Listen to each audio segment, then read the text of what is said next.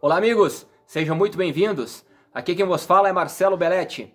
Nesse vídeo eu vou apresentar para vocês algumas situações e variações do esquema tático 4-3-3. Desde a fase defensiva, marcação zonal, marcação por encaixes, jogando em bloco alto, jogando em bloco baixo, a flutuação dos jogadores, como é que funcionaria, nossa equipe jogando no 4-3-3, enfrentando outra equipe que joga no 4-3-3, como é que ficaria essa marcação, e defrontando também o esquema tático 4-4-2, quem é que pegaria quem é que marcaria quem, né? Na fase ofensiva, vou apresentar para vocês algumas situações de ultrapassagem, mobilidade e apoio.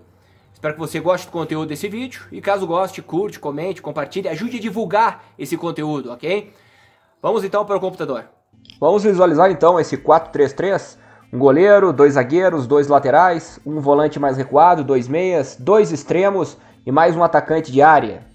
Quando na fase defensiva, nossa equipe jogando compacta em bloco baixo, nesta tática usualmente as equipes se defendem no 4-1-4-1.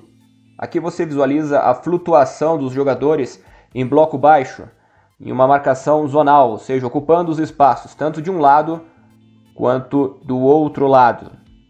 Uma coisa é eu ter a minha tática, ok, jogo no 4-3-3, mas e quando eu enfrento adversários? Por exemplo, no meu primeiro jogo eu enfrento um adversário que também joga no 4-3-3. Já no segundo jogo, o meu segundo adversário joga no 4-4-2. Esse segundo adversário tem dois homens lá na frente. O meu primeiro adversário tinha 3 e a minha defesa tem 4. Então quem é que vai marcar quem? Como é que funciona? Tanto na defesa quanto no meio campo e no ataque. Como é que funciona esses encaixes se eu quiser jogar com uma marcação por encaixes? Vamos começar agora a responder essas perguntas. Primeiro eu vou demonstrar o nosso 4-3-3. Enfrentando outra equipe no 4-3-3, pois era o nosso primeiro jogo. Depois eu vou demonstrar contra o 4-4-2. Agora eu não vou mais utilizar uma marcação zonal, e sim uma marcação por encaixes. Como assim? O meu número 2, o lateral, vai marcar o extremo deles. O meu outro lateral marca o outro extremo deles. Aqui na defesa, os meus dois zagueiros marcam o centroavante deles. Ou seja, eu tenho 2 para 1 e ao total eu tenho 4 para 3. Ou seja, eu tenho marcação com superioridade numérica, que é importantíssimo. No meio de campo, o meu 8 vai marcar o 10 deles.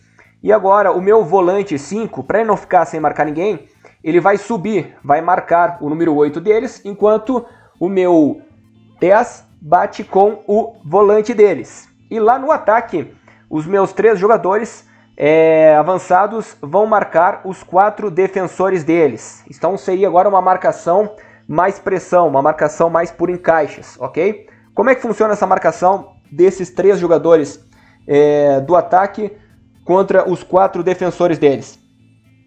Para facilitar a visualização e a compreensão da atividade, eu deixei agora apenas os nossos 3 avançados e os 4 defensores deles, mais o goleiro.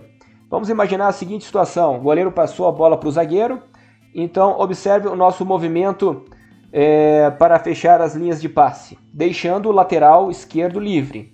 Nesse segundo exemplo, a bola foi para o outro lado, então o nosso time deixou o outro lateral, o lateral do lado oposto, livre novamente. Mas o que aconteceu? A gente fechou as linhas de passe próximas.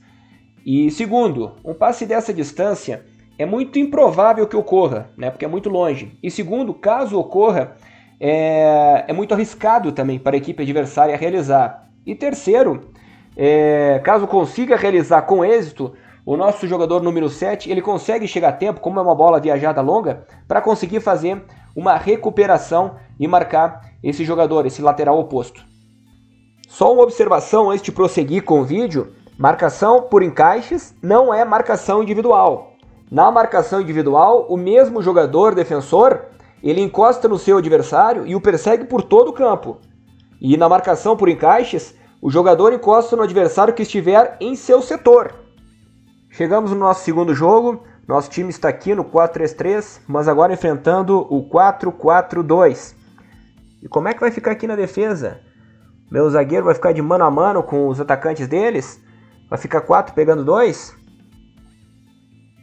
Eu vou mostrar para vocês 2 opções que a gente pode realizar para que isso não ocorra. A opção 1 é o volante recuar e, por consequência, os nossos 2 laterais avançarem para marcarem os 2 meias deles que jogam mais aberto. Opção número 2, o nosso extremo esquerda, o número 7, está com a posse de bola.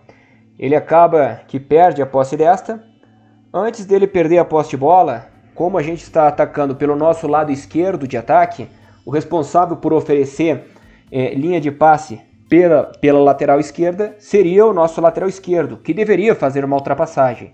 Porém, ele visualizou a perda da posse antes de ele conseguir concluir isso, então ele estava próximo do meia-direita deles. Então ele marca o número 11 deles, o meia-direita deles.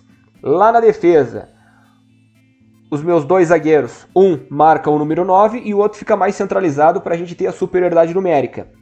O lateral do lado oposto, como eu mencionei, a gente está atacando pelo lado esquerdo, estava ao menos, né? Então o nosso lateral direito ele vai fechar e vai marcar o outro avançado deles. No meio de campo, o meu número 5 marca o número 8 deles, assim como o número 10 vai marcar o número 7 deles. Próximo à bola, para que o lateral direito, o número 2 de branco, não consiga recuar a bola, então o número 9 fecha a linha de passe imediata. Assim como o nosso extremo direito, o número 11, ele também centraliza para marcar o outro zagueiro deles, deixando só o lateral oposto da equipe adversária livre. Agora eu vou detalhar para vocês esse segundo momento da ultrapassagem do lateral do lado que está atacando, sem a equipe adversária, para ficar mais fácil de visualizar e de entender. A bola está com o nosso extremo esquerda, então o nosso lateral esquerdo faz a ultrapassagem e lá atrás o ajuste.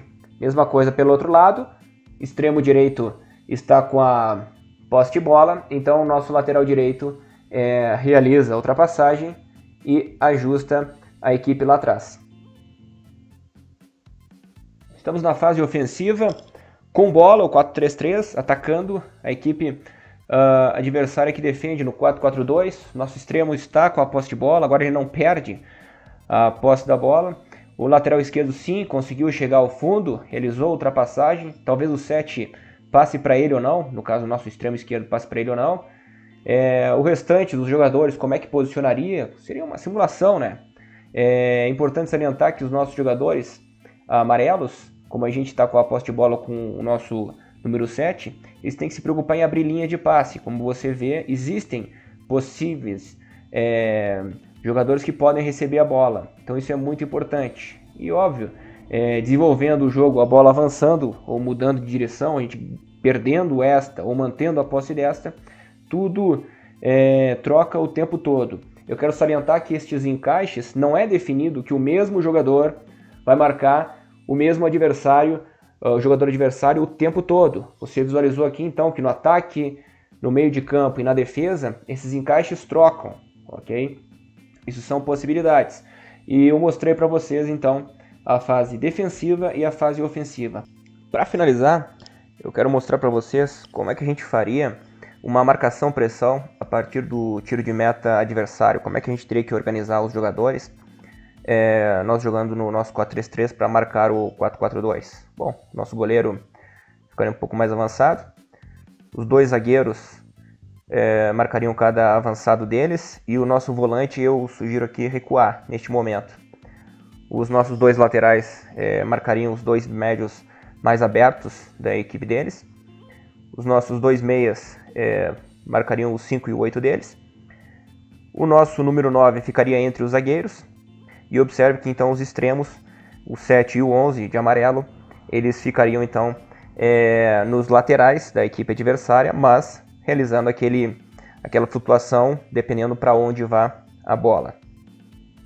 Observe que o número 5, o nosso volante, ele está um pouco mais atrás que os zagueiros. Até também você pode pegar e trocar, botar o volante a marcar um avançado e coloca um zagueiro mais recuado. Eu não faço a sobra recuada, ok? Mas no tiro de meta, sim, eu faço, assim como no lateral, porque não existe impedimento em tiro de meta, caso a equipe deles bata o tiro de meta longo, né? E também não existe impedimento em cobrança de lateral.